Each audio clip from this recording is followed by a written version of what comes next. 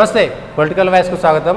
ఇప్పుడు దేశవ్యాప్తంగా కానీ రాష్ట్ర వ్యాప్తంగా కానీ రెండు కేసులు సంచలనం రేకెత్తిస్తున్నాయి. అందులోనూ రాజకీయంగా చాలా ప్రముఖంగా ఉన్నాయి.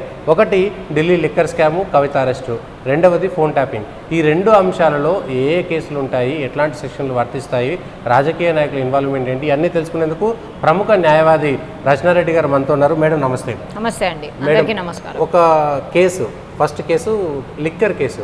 లిక్కర్ కేసుని ఏ విధంగా చూడొచ్చు? ఎందుకంటే అరవింద్ కేజ్రీవాల్ ఏమో లేదంటే కవిత ఏమో ఇదంతా ఫ్యాబ్రికేటెడ్ కేసు, నేను బయటకు వస్తా అనేటువంటి మాట చెప్తున్నారు. నిజంగా జరిగినటువంటి సంఘటనలను బట్టి ఒక న్యాయవాదిగా దాన్ని ఎట్లా చూడొచ్చు? నిజంగా అది అబద్ధమా, నిజమా, జరిగిందా లేదా?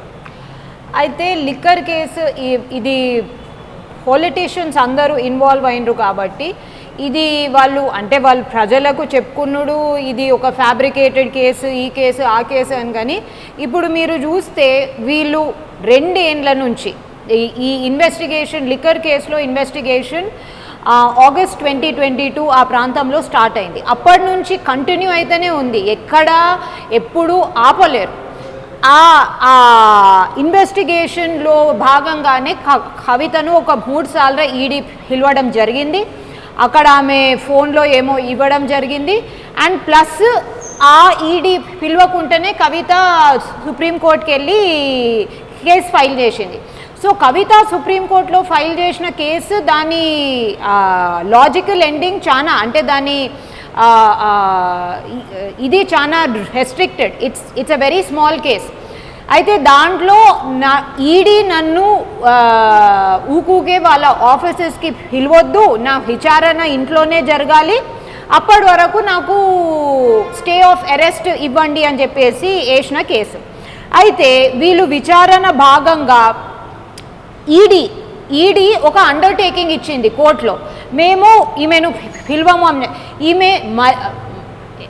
ఈమె మళ్ళీ సుప్రీంకోర్టుని స్టే ఆఫ్ అరెస్ట్ అడిగినా సుప్రీంకోర్టు మేము స్టే ససేమీ ఇవ్వము, నళిని చిదంబరంకి ఇచ్చినా కానీ మీకైతే ఇచ్చే ఛాన్సే లేదు, మేము 2 కేసులు కలిసి ఒకటేసారి ఇంటాము అని చెప్పేసి అప్పుడు ఈడీనే దగ్గరుండి మేము నెక్స్ట్ వాయిదా దాకా మేము ఆమెను పిలవము అని చెప్పేసి అండర్టేకింగ్ ఇచ్చింది. ఆ అండర్టేకింగ్ ఆ రోజుకి పూర్తి కాగానే ED search warrant section 17 of the prevention of money laundering act కింద సర్చ్ వారెంట్తోని కవిత ప్రెమైసెస్, ఆఫీసెస్ ఏందో సర్చ్ చేసింది. దాని తర్వాత section 19 of prevention of money laundering act కింద ఈడీ మాకు ఈ సర్చ్ అండ్ సీజర్లో కొన్ని దొరికినాయి, దాంతోపాటు ఇండివిజువలీ కూడా కవితను ఈ టైంలో కస్టడీలో తీసుకునడం ఎంతో ఇంపార్టెంట్ అని చెప్పేసి రీజన్స్ ఇస్తూ ఒక రీజన్డ్ అరెస్ట్ వారెంట్తో పాటు వచ్చింది.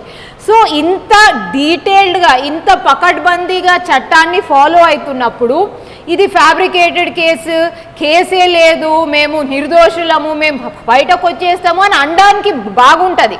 ఎందుకంటే పాలిటీషియన్స్ అది అనాల్సిందే, లేకపోతే ప్రజలు మర్చిపోతారు మిమ్మల్ని. సో అనడానికి బాగుంటుంది. కానీ ఇప్పటి వరకు మీరు చూస్తే